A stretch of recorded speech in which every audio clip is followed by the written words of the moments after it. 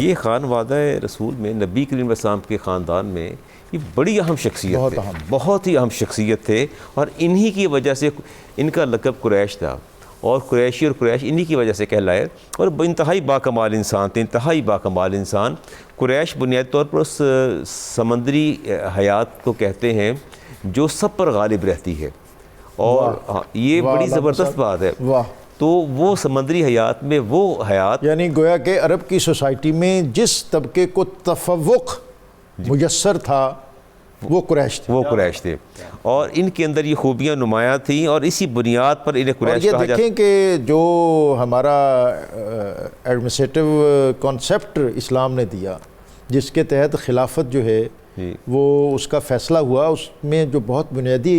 Element تھا وہ قریش ہونا تھا، قرشی ہونا، کہ علائمۃ من القریش، کہ عرب کے لوگ اگر کسی کی سرداری کو مانیں گے تو وہ صرف قریش کو مانیں گے، اور وہ آپ اپنی خدادہ صلاحیتوں کے سبب سب پر غالب تھے۔ فہد بن مالک جو تھے، اور قریش کی جو سلسلہ چلا وہ آپ ہی سے چلا، اور وہ قریش ہی التی تسکن البحر،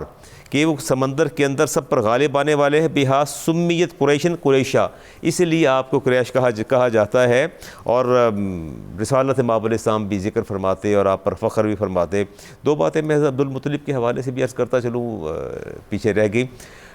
آپ کی نشست ذل کعبہ کے اندر تھی، اور وہاں کسی کو اجازت نہیں تھی بیٹھنے کی سوائے نبی کریم علیہ السلام کے، بہت چھوٹے سے جا کے بیٹھ جاتے، اور اس پر آپ کے چچا اور باقی لوگ محسوس کرتے تھے کہ یہاں تو بیٹھنا مناسب نہیں ہے۔ ایک دفعہ کسی نے ٹوکا فرمایا کہ رک جاؤ، خاموش ہو جاؤ، انہیں کچھ نہ کہو، فرمایا دو ابنی، میرے بیٹے کو کچھ نہ کہو، فواللہ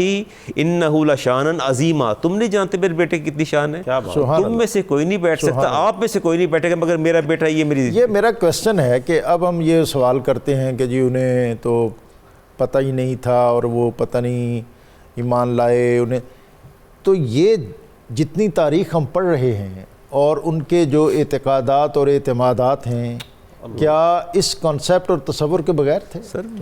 قرائن و شواہد یہ بتاتے، خود اللہ تعالیٰ فرماتے کہ ہم آپ کو سجدہ گزاروں میں پلٹنا دیکھتے چلے آئے، اور رات آپ قیام فرماتے، اللہ تعالیٰ آپ کے قیام کا بھی مشاہدہ فرماتا ہے، اور سجدہ گزاروں میں پلٹنا بھی اللہ تبارک و تعالیٰ دیکھ رہا ہے۔ اور یہاں میں دیکھ رہا تھا کہ وہ ایک محبوبینہ درود پاک میں لفظ محبوب کا آیا، اور میں بڑے اختصار کے ساتھ کہ کیسی محبوب ذات ہے رسالت مآب علیہ السلام کی، اس درود پاک کے حوالے سے میں اشارہ کروں گا۔ حمنہ بنت جحش رضی اللہ تعالیٰ عنہ کی طرف جب غزوہ احد ہوا اور مدینہ سے باہر تشریف لائیں، اور رسالت مآب علیہ السلام کی سواری کی اپنے نکیل کو پکڑا، فرمایا یا ہمن احتسبی، ہے ہمن اللہ تعالیٰ سے جو ہے ہم نا اپنے صبر مانگ اور اس پر اجر مانگ۔ کہ یا رسول اللہ کیا فرمایا،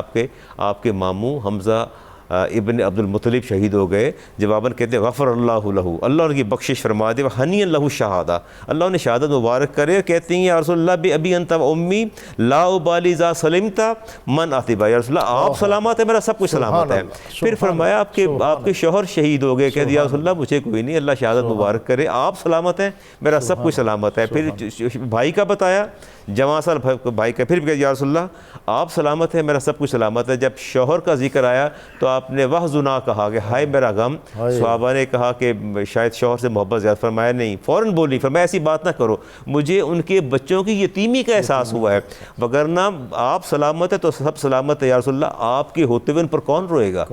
آپ سلامت ہے پر سب سلامت ہے، تو آپ کی ذات سب کے لیے محبوب بڑی ہے۔ لطیف بات بھی اس موقع پر نبی صلی اللہ علیہ وسلم نے فرمائی، جی ارشاد آپ نے فرمایا جب اپنے شوہر پر اس آپ کے منہ سے یہ آہ نکلی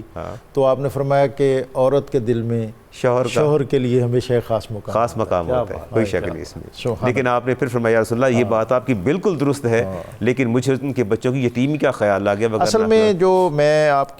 اسکالرز کی باتیں سنی ہیں، اور سننے کے بعد جیسے ویلفیئر اسٹیٹ کا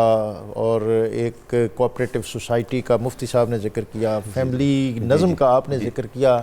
تو یہ تو عنوانات سارے سیرت طیبہ کے، اور ہماری ایک محرومی ہوئی کہ ہم اس انداز سے منسلک نہیں ہو سکے جو سیرت طیبہ کے موضوعات ہیں، اور ان سے ہم اس طرح اکتساب فیض بھی نہیں کر سکے، اور ہمارے